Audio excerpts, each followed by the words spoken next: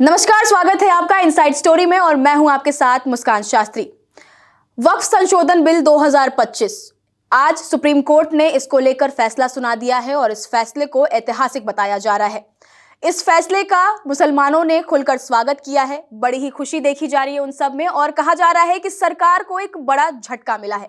अब इस फैसले को लेकर दूसरी तरफ प्रधानमंत्री नरेंद्र मोदी ने भी अपनी चुनावी रणनीति क्लियर कर दी है। वो पूर्णिया की धरती से एक सभा को संबोधित कर रहे थे और वहां पर उन्होंने घुसपैठियों को लेकर एक चेतावनी दे दी है और ये चुनावी मुद्दा दे दिया है। बेसिकली हम बात करें तो ये दोनों मुद्दे क्या है और इसका चुनावी नतीजा क्या होने वाला है, इसी पर हम बात करेंगे। हमारे साथ चर्चा के लिए मौजूद है हमारे सहयोगी डॉक्टर संजीव त्रिवेदी। बहुत स्वागत है आपका। सबसे पहले तो हम जानना चाहेंगे कि सुप्रीम कोर्ट ने किन चीजों में बदलाव किया है जिससे मुसलमानों में खुशी की लहर दौड़ गई है और वक्फ में क्या बदलाव किए गए हैं। देखिए, आपने दो मुद्दे एक साथ आज कंसिडर किए हैं और ये दोनों अक़लियतों से जुड़ते हैं, मुस्लिम से जुड़ते हैं और जाहिर है ऐसे में जबकि चुनाव सामने हैं तो ये दोनों मुद्दे बिहार चुनाव में उठते। भारतीय जनता पार्टी ने अप्रैल के महीने में ये बिल संसद में पेश किया और वक्फ संशोधन किया और वक्फ संशोधन बिल जब पारित हुआ और उसके पहले के जो आपने देखा होगा राजनीतिक खींचतान जो रही है वो अपने आप में ये बताती है कि कितना कंटेंशियस ये बिल रहा है। जेपीसी में भी गया, वहाँ से आया, फिर जब चर्चा में आया तो ज़बरदस्त हंगामेदार चर्चा हुई और जब लागू कर दिया गया इसे 8 अप्रैल 2025 को तो उसके बाद से बहुत से संगठन कोर्ट में चले गए। जब कोर्ट में चले गए तो एक एक प्रावधानों पर लगातार बहस होती रही और आज इस कानून विशेष को तो सुप्रीम कोर्ट ने निरस्त नहीं किया है, पर ये जो संशोधन उसमें हुए थे उन संशोधनों में से कुछ संशोधनों को निरस्त कर दिया गया है। जो चेंजेस लाई गई थी, अमेंडमेंट्स लाई गई थी वक्फ एक्ट में, उसमें से कुछ चेंजेस की गई हैं। अब जैसे कि फ़र्ज़ करें आप, ये कह दिया गया था कि जैसे ही आपको इंक्वायरी किसी वक्फ की प्रॉपर्टी पे शुरू हो जाएगी तो वो प्रॉपर्टी डिस्प्यूटेड हो जाएगी और उसके बाद से वो वक्फ की प्रॉपर्टी रही नहीं जाएगी जी। जैसे ही नोटिस मिली, नोटिस मिलने के साथ वो अब वक्फ की प्रॉपर्टी नहीं है, अब वो डिस्प्यूट की प्रॉपर्टी हो गई और अब कोई भी वक्फ वाला उसको अपनी प्रॉपर्टी नहीं कह सकता है। इस पर रोक लगा दिया गया। इतना ही नहीं, ये भी तय कर दिया गया कि कोई वक्फ की प्रॉपर्टी जो है वो डिस्प्यूट में आ गई है, उस पर केस लड़ा जा रहा है मान लीजिए, तो जब तक उसका फाइनल मालिकाना तय नहीं हो जाता, अंततोगत्वा आखिर में जाकर के जब तक तय नहीं हो जाता तब तक जो उसका टाइटल है वो वही रहेगा, यानी कि जो उसका मालिकाना है वो वही रहेगा जब तक कि फाइनल फैसला नहीं आ जाता है। अभी क्या था कि जैसे ही नोटिस गया, जैसे ही इंक्वायरी शुरू हुआ तो वो प्रॉपर्टी वक्फ की प्रॉपर्टी रही नहीं जाती थी। तो ये एक बहुत बड़ा राहत है जो कि दिया गया है, ख़ास तौर पर मुस्लिम समुदाय इससे बहुत पीड़ित था और जो लोग वक्फ को मैनेज करते हैं वो भी। इसके अलावा कुछ जो अधिकार थे कलेक्टर्स के, कलेक्टर एक रेवेन्यू ऑफिसर होता है, उसके अधिकारों को कम किया गया है। जैसे कि कलेक्टर ये कैसे तय कर सकता था, लेकिन प्रावधान में था कि कलेक्टर तय करेगा कि कौन वक्फ बना सकता है। अब ये कलेक्टरों के हाथ में दे दिया गया था। इस पर रोक लगा दी गई है कि ये कलेक्टर का काम नहीं है ये तय करना कि वक्फ कौन बना सकता है। साथ ही साथ इस बात को भी सुनिश्चित किया गया है कि जो सेंट्रल वक्फ काउंसिल है जो कि अधिकतम 22 सदस्यों की होती है, उसमें 4 से ज़्यादा नॉन मुस्लिम्स नहीं हो सकते हैं। अच्छा। ये तय कर दिया गया है और उसी तरह से राज्य के जो वक्फ काउंसिल हैं उसमें 11 सदस्य होते हैं, उसमें अधिकतम, तो उसमें 3 से ज़्यादा नहीं हो सकते हैं। तो ये तमाम ऐसे फैसले हैं जो कि राहत लेकर के आया है और जहां कलेक्टर के अधिकारों के ऊपर रोक लगाई गई है, वहीं दूसरी तरफ डिस्प्यूट की वक्फ की जो प्रॉपर्टी है अगर वो डिस्प्यूट में चली गई तो उस पर से मालिकाना वक्फ का हट जाता था, इन सब को दरकिनार कर दिया गया है। और सामान्य जो न्याय का सिद्धांत है वो भी यही कहता है कि जब तक कि फैसला फाइनल नहीं आ जाता है तब तक कोई भी चीज़ जो है वो केवल नोटिस भर दे देने से तो डिस्प्यूट की नहीं मानी जाएगी ना। अगर मान लीजिए कोई चीज़ हमारी है तो फिर वो हमारी ही रहेगी जब तक कि उस पर फैसला नहीं आ जाता है कि ये आपकी हो गई। ये बार बार लोगों को लग रहा था कि ऐसा क्यों है, ऐसा किया जा रहा है तो गलत किया जा रहा है, तो इस पर जो रोक कई लगाए गए हैं वो है। लेकिन अभी भी ये बात तो तय है कि बहुत सी चीज़ें हैं जो कि अभी भी कानून में वर्तमान है, जैसे कि वक्फ बाय यूज़र। जी। वक्फ बाय यूज़र एक ऐसी चीज़ है जिसमें कि कहा यह जाता है कि कोई भी प्रॉपर्टी अगर इस्तेमाल में है वक्फ के, तो वो वक्फ की है, वक्फ बाय यूज़र, है ना। कोई 50 साल 100 साल से है इस्तेमाल में तो वो उनकी है। तो इसको मानने से कोर्ट ने इनकार कर दिया है। कानून में भी ये कहा गया था कि नहीं जी, कोर्ट में ये नहीं माना जाएगा, तो उसको बहाल रखा गया है। कुछ इसी तरह की बातें जो लिखी गई थी कानून में कि जो आर्कियोलॉजिकल मॉन्यूमेंट्स हैं या जो इस तरह की हेरिटेज हैं, उनको कई दफ़े वक्फ की डिक्लेयर कर देते हैं। ताजमहल हमारा है या कुतुब मीनार हमारा है, तो जी नहीं, ऐसा नहीं हो पाएगा। तो इन सब चीज़ों को वर्तमान रखा गया है। तो कहीं ना कहीं एक संतुलन क्रिएट करने की कोर्ट ने कोशिश की है, लेकिन एक बहुत बड़ी राहत जो हम कह सकते हैं कि इस कानून के खिलाफ ख़ासतौर पर मुस्लिम समुदाय था, उसको मिली है। और आपने देखा होगा सड़कों पर कितना आंदोलन हुआ था इस कानून के खिलाफ। तो ये भारत में एक राजनीतिक मुद्दा हो गया था। ये मसला केवल और केवल वक्फ से जुड़ा हुआ नहीं रह गया था। ये एक पॉलिटिकल कहा जा सकता है, राजनीतिक सवाल बन गया था। और पूरी संभावना इस बात की थी कि आने वाले जो बिहार चुनाव है इसमें इसका इस्तेमाल होता, लेकिन अब कम से कम उस मंशा पर जो है वो थोड़ी रोक लग जाएगी। आखिर क्यों नहीं इस पूरे अधिनियम को इस पूरे अधिनियम पर रोक क्यों नहीं लगाई गई? देखिए, एक मान्यता है सुप्रीम कोर्ट की कि अगर कोई दोनों सदनों से कानून पारित हुआ है और उसमें बहुत सा विस्डम है, मतलब 543 लोग बैठते हैं लोकसभा में, इसी तरह से 250 लोग राज्यसभा में बैठते हैं, और उन सबों का अपना एक विचार, एक विस्डम होता है, जिसके बाद कानून पारित होता है। तो वो कानून पारित करते हैं, फिर राष्ट्रपति जी के उसके ऊपर दस्तखत होते हैं, गजेटिफिकेशन होता है उस कानून का, उसके बाद वो कानून लागू होता है। आप कानून कोर्ट में कोई कानून के खिलाफ चला गया और झटके से उसको खारिज कर दिया जाए, ये नहीं हम कर सकते।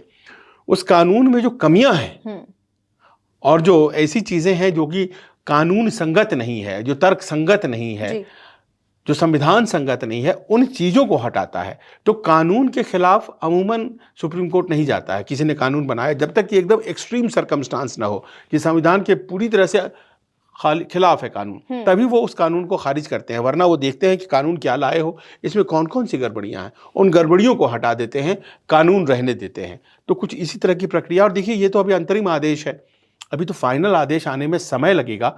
अब 8 अक्टूबर की अगली सुनवाई भी रखी गई है, नहीं माफ़ करें, वो तो SIR वाले में रखी गई, लेकिन आगे कई सुनवाई इसमें होनी है और उसमें देखेंगे हम कि क्या क्या फाइनल फैसले आते हैं। लेकिन फिलहाल कुछ चीज़ें जो एकदम से लोगों को परेशान कर रही थी कि कलेक्टर साहब तय करेंगे क्या कि वक्फ कौन बनाएगा, या फिर आपने नोटिस दे दिया तो ये 100 सालों से हमारी मस्जिद की ये थी प्रॉपर्टी, अचानक से अब आपने इसको डिस्प्यूट में डाल दिया, कलेक्टर की एक नोटिस आ गई, ये डिस्प्यूट में चला गया, ऐसे कैसे हो सकता है।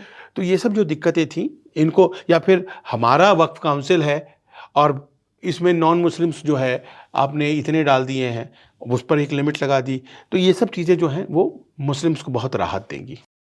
आज सीमांचल और पूर्वी भारत में घुसपैठियों के कारण डेमोग्राफी का कितना बड़ा संकट खड़ा हो चुका है। बिहार, बंगाल, असम, कई राज्यों के लोग अपनी बहनों बेटियों की सुरक्षा को लेकर चिंतित हैं। इसलिए ही मैंने लाल किले से डेमोग्राफी मिशन की घोषणा की है। लेकिन वोट बैंक का स्वार्थ देखिए, कांग्रेस, आरजेडी और उसके इकोसिस्टम के लोग घुसपैठियों की वकालत करने में जुटे हैं, उन्हें बचाने में लगे हैं और बेशर्मी के साथ विदेश से आए घुसपैठियों को बचाने के लिए ये नारे लगा रहे हैं, यात्राएं निकाल रहे हैं।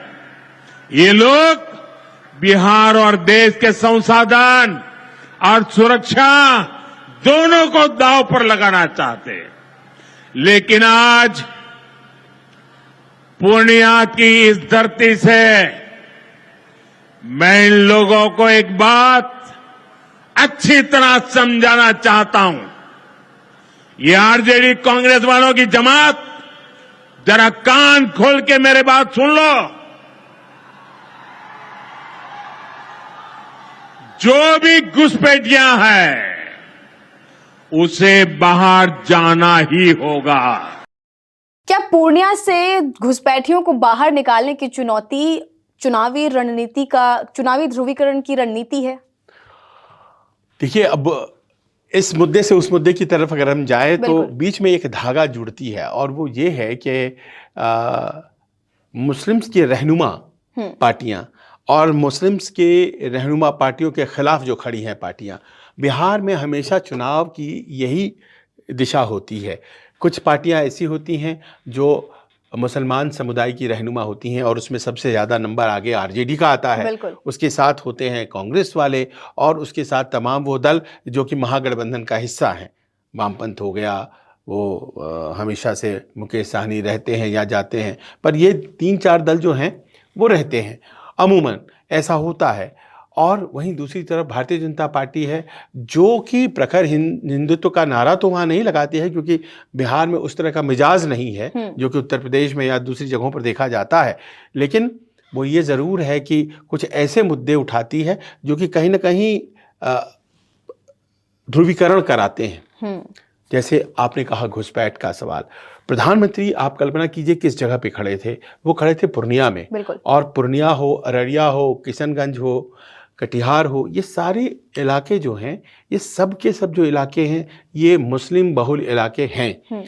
अब यहाँ खड़े होकर, और मुस्लिम बहुल क्यों हैं? देखिए, मुसलमानों की आबादी उस क्षेत्र में ज़्यादा है, 50%, 45%, किशनगंज में तो 70%। तो ये जो आबादी है, इसके बारे में मान्यता ये है कि ये ऐसा नहीं है कि यहाँ की प्रजनन से नहीं हुआ है, यहाँ की पैदाइश है, सब ऐसा नहीं है। ये दरअसल बांग्लादेश से चले आए हैं, और बांग्लादेश से आकर के हमारे देश में बस गए हैं, और पीढ़ियां अब गुजर गई, किसी के 20 साल हो गए, किसी के 50 साल हो गए, पर वो अब जब यहाँ रहने लगे हैं तो वो अपने आप को यहाँ का मानते हैं। लेकिन कानून कहता है कि वो यहाँ के नहीं हो सकते हैं, उनका देश बांग्लादेश है। तो ऐसी आबादी है उस क्षेत्र में, नो डाउट अबाउट दैट। वो उस क्षेत्र में है, और इसी कारण से आप पाएंगे कि वहाँ पर बहुत ज़्यादा। लेकिन ऐसा नहीं होना चाहिए कि गेहूं और घुन जो है आप उसको अंतर न कर पाएं और पता चला कि वो घुन पिस गया। इस तरह से नहीं होना चाहिए। तो अब ये दिक्कत देखी जाती है उस क्षेत्र में। लिहाजा प्रधानमंत्री ने खड़े होकर के आज बहुत ही ज़ोरदार तरीके से, जाहिर है कि उनके मस्तिष्क में ये बात रही होगी कि वफ़ का सवाल तो अब नहीं चलने वाला है, तो जाहिर है एक नया सवाल है जो बिहार को परेशान करता है। और उन्होंने कहा कि बहन बेटियों की सुरक्षा का सवाल है, आम आए दिन घटनाएं होती रहती हैं।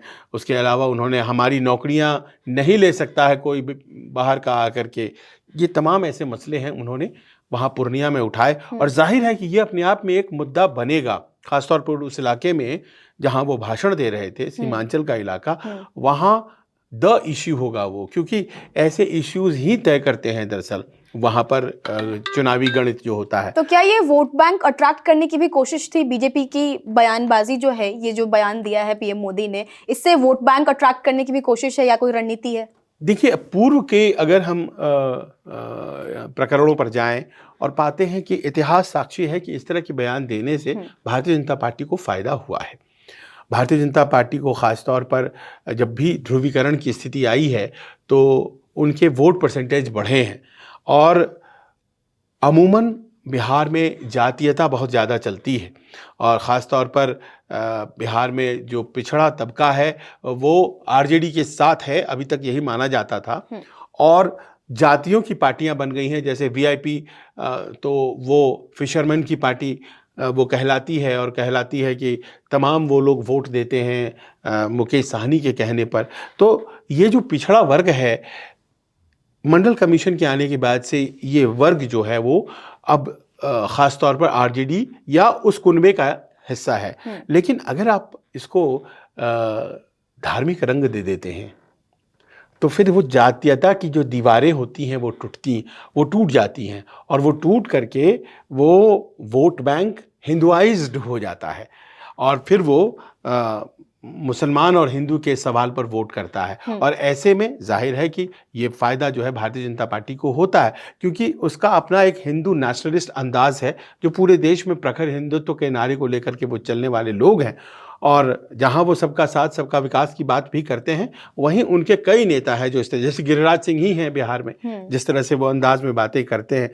तो जाहिर है कि ये आकलन आपका सही है कि कोशिश तो ज़रूर है, एक ध्रुवीकरण की कोशिश तो है, कितना सफल हो पाता है, लेकिन ये मुझे लगता है आकलन के अनुसार कि उस क्षेत्र में तो सफल होगा।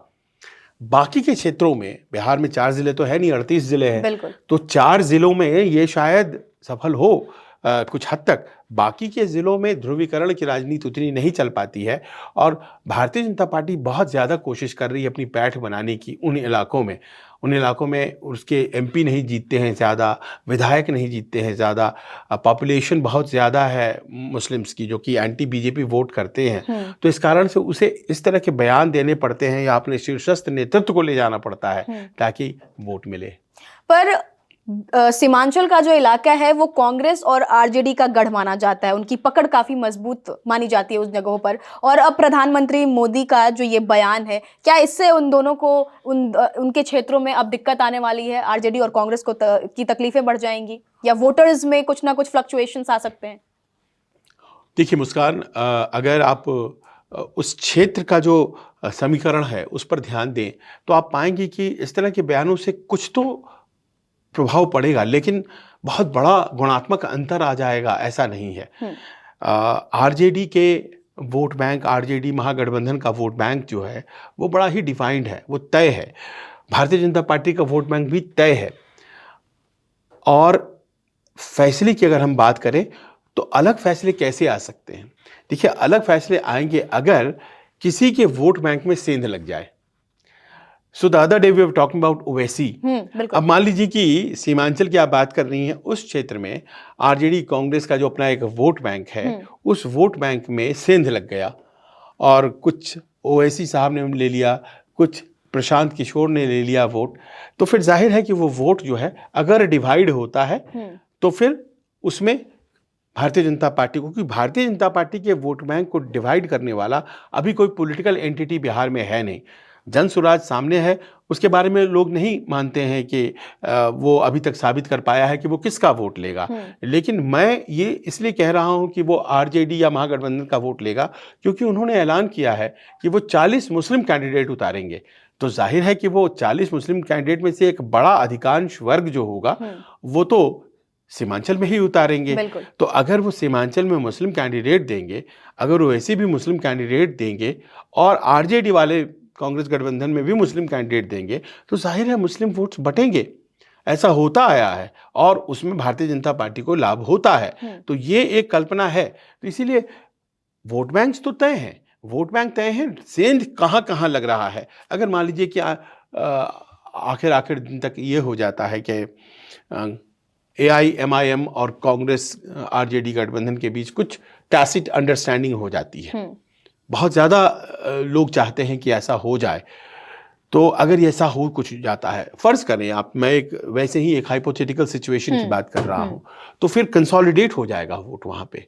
तो फिर वहाँ पर महागठबंधन को हरा पाना उस इलाके में तो इम्पॉसिबल हो जाएगा।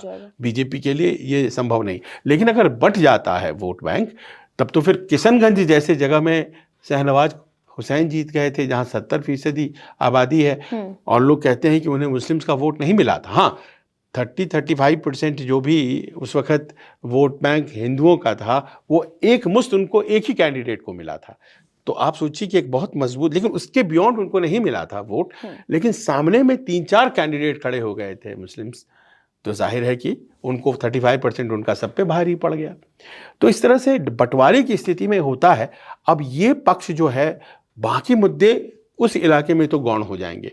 प्राइम मिनिस्टर ने भी इसीलिए शायद इन्हीं बातों को ज़्यादा प्रमुखता दी, क्योंकि मैं सुन रहा था उनके भाषण में लगातार घुसपैठ की बातें हो रही थी और उन्होंने साबित भी किया कि आरजेडी और कांग्रेस घुसपैठ की राजनीति करते हैं। जाहिर है कि हम बिहार चुनाव की बात कर रहे हैं और तमाम पार्टियां अपने अपने तैयारियों में हैं, तो इन सभी तैयारियों का बिहार चुनाव पर, आने वाले बिहार चुनाव पर क्या असर पड़ेगा? एक तरफ बीजेपी भी है, दूसरी तरफ आरजेडी और कांग्रेस भी अपने अपने तरीके से तैयारी पर है, तो इसका क्या असर हो सकता है? देखिए, आज के जो फैसले आए हैं, अदालती फैसले हों या जो बातें घुसपैठ की हो रही हैं उसको लेकर के, कोई सीधे तौर पर आज ही इलेक्शन तो होना नहीं है, लेकिन यह है कि प्रत्यक्ष परोक्ष इसका असर बिहार के चुनाव पर आपको आने वाले दिनों में ज़रूर दिखेगा। दिक्कत इस बात की है कि चुनाव अभी घोषित हुए नहीं हैं और मुद्दे तय नहीं हो पाए हैं, क्योंकि चुनाव की घोषणा के साथ मुद्दे तय होते हैं।